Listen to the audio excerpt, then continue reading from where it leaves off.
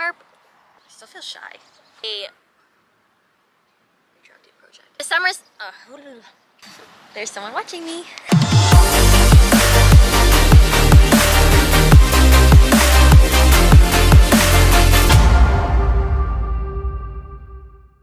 What's up, guys? Welcome back to my YouTube channel. Today is episode 1 of my push-up progression series, which I'm super stoked for because I love push-ups. I love teaching them. They're one of my favorite exercises to do.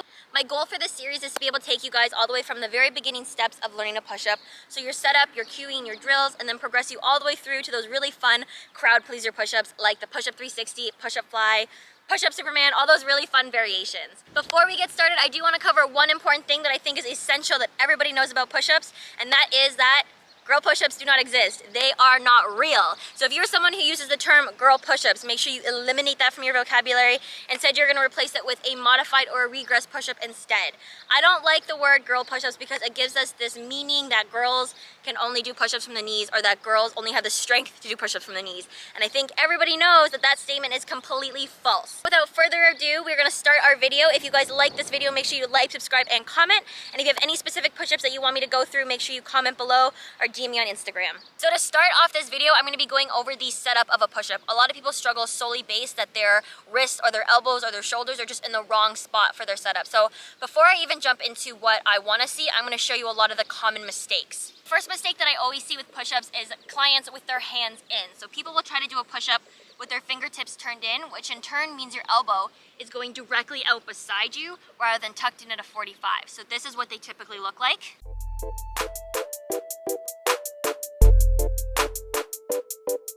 The major problem with doing your hands turned in like this is it just puts our shoulder complex in a very compromised position.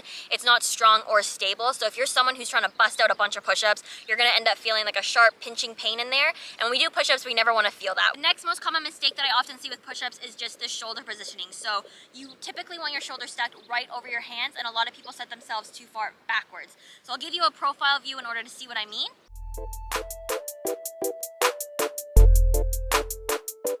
The main reason why a push-up will feel 10 times harder or basically impossible with having your hands so far out is because you can't get the proper recruitment of your muscles and your body positions all off. So instead of being in a nice strong stacked line, you're completely disjointed, which means the movement's gonna feel uncomfortable. And again, you're gonna get kind of like a pinching feeling in your shoulders, as well as your overall position's gonna feel relatively unstable because you're gonna be basically in like elongated plank position. So you wanna be nice and strong and stacked right over your wrists ideally. I've summarized the 2 most common mistakes that I see with push-ups. So the next thing that I'm going to show is the proper push-up positioning. So I'm going to have the camera angle from the side, that way you guys can get a good idea of shoulder position as well as hands and elbows.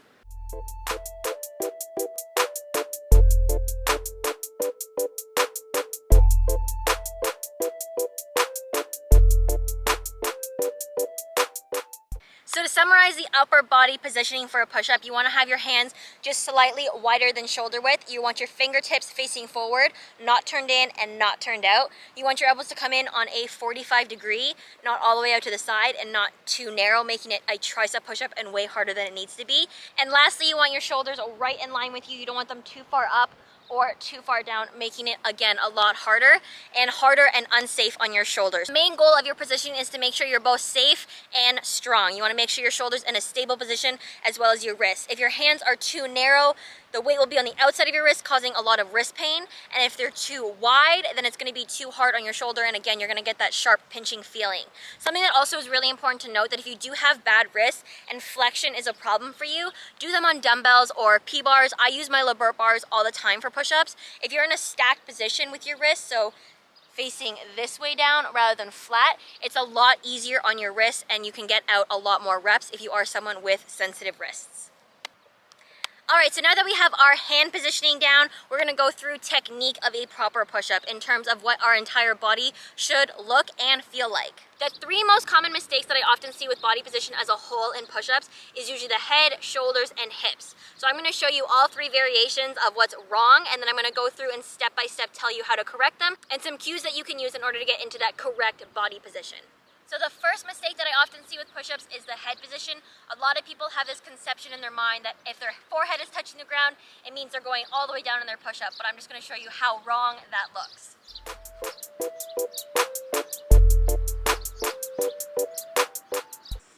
So from my point of view on that push-up, it looks like because I'm close to the ground, I must be doing a full range push-up. But from reality, what you guys can see is that I'm not getting a full range and my head position is completely broken. I'm no longer maintaining a neutral spine, and most likely my shoulders are in the wrong position, as well as my chest is not getting the full pump, as I'm not getting a full range motion push-up. The second mistake that I often see with push-ups is the shoulder blades. Usually they're pinched in together or retracted, causing your range of motion again to be restricted.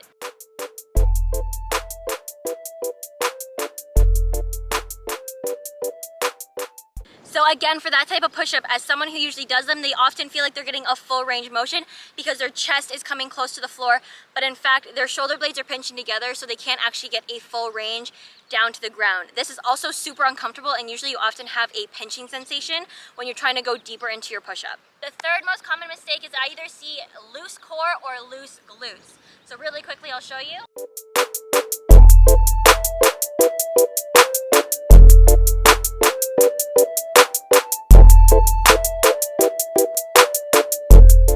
So again, a lot of people think that their push-ups are great that way because they're touching the floor either with their hips or, again, more likely their forehead. So having an improper position can really give you a false feeling of doing a push-up. So that's why it's super important to know the alignment from your head all the way down to your toes. So really quickly, I'm going to walk you through some basic cues in order to achieve that straight body line. So the first cue/drill that I'm gonna walk you guys through is a modified push-up. Again, I want to really emphasize that there's literally nothing wrong with a modified push-up. I still do them. I think they're a great exercise in order to build strength and endurance with your push-ups. And it's a great way just to check your form to make sure everything is moving correctly and, most importantly, safely. Form checks in terms of knowing whether or not your head is neutral and your shoulders are protracted and your hips are flat. You're gonna take it all step by step. So let's first start in the proper hand position. Hands positioned right below your shoulders, slightly wider. You're gonna make sure that your chin is nice and flat. So you wanna aim to have your chin touch the floor, not your forehead, to ensure a neutral spine. And then you wanna make sure you're pushed up into your shoulders as if you were in a cat and camel. Then you're gonna edge your knees out so that your hips are nice and flat. From there, we're gonna go down into our push-up. And everything's gonna move in one piece. So notice how I'm not just moving my hips or just my head. Everything from my shoulders to my hip has to move in one line, down to the ground and back up. Really good way to know if you're in fact moving yourself all the way up in a straight line, up and down, shoulders and hips. Videotape yourself. Use a mirror or have a friend watch you, because if you can see yourself and realize what your body's doing, you can make a better mind-muscle connection. And then when you go to do your push-up again, you'll understand what it feels like to be wrong versus to be right. If you've mastered the modified push-up, you can now move on to something like the incline push-up or a band-assisted push-up. These, again, are just great modifications in order to increase strength and endurance with your push-ups and allow you to be able to work proper form and still get a lot of higher reps. So an incline push-up is the exact same setup as a regular modified push-up or just a regular push-up from the ground. Your hands are just on an elevated surface. So you still want your body moving up and down in the same rate, as well as you want your shoulders still stacked over your hands the same width, and fingers still facing forward. The wider your feet are, when you're from your feet, the easier it'll be. I'm gonna do mine close together. Again, fingers facing forward, shoulders stacked over my wrists, going down and up, all in one position. I'm not sagging in my hips, and my core is not loose, and I'm not just banging my forehead against the bench. Nice and tight, everything up and down together. Really quickly, before it starts to absolutely downpour on me because it is going to rain soon, I really want to emphasize the importance of quality versus quantity. If you're someone doing proper full range push-ups, but you're only getting between 5 to 8 or 8 to 10, that is so much better than someone who's busting out like improper push-ups and getting 20 reps. That person's going to end up with a lot of muscular imbalances and most likely an injury, which is something that we do not want. So if you are someone who has push-ups that look like any of the incorrect ones that I showed, make sure you take a step back and revisit the basics in terms of positioning of your entire body line, as well as your hands, your elbows, and your shoulders. And you can also just do a modified push-up or an incline push-up. There is no shame. It is a great exercise, ones that I continue to do myself, and I honestly love them. So hopefully you guys liked this video. If you guys did, make sure you like, subscribe, and comment. And again, episode 2 will be coming out next week. So if you do have a specific push-up or something that I didn't cover in this video that you have a question about, drop it below in the comments or send me a DM on Instagram, and I'll make sure to bring it in for the next video. I'll see you guys next Friday.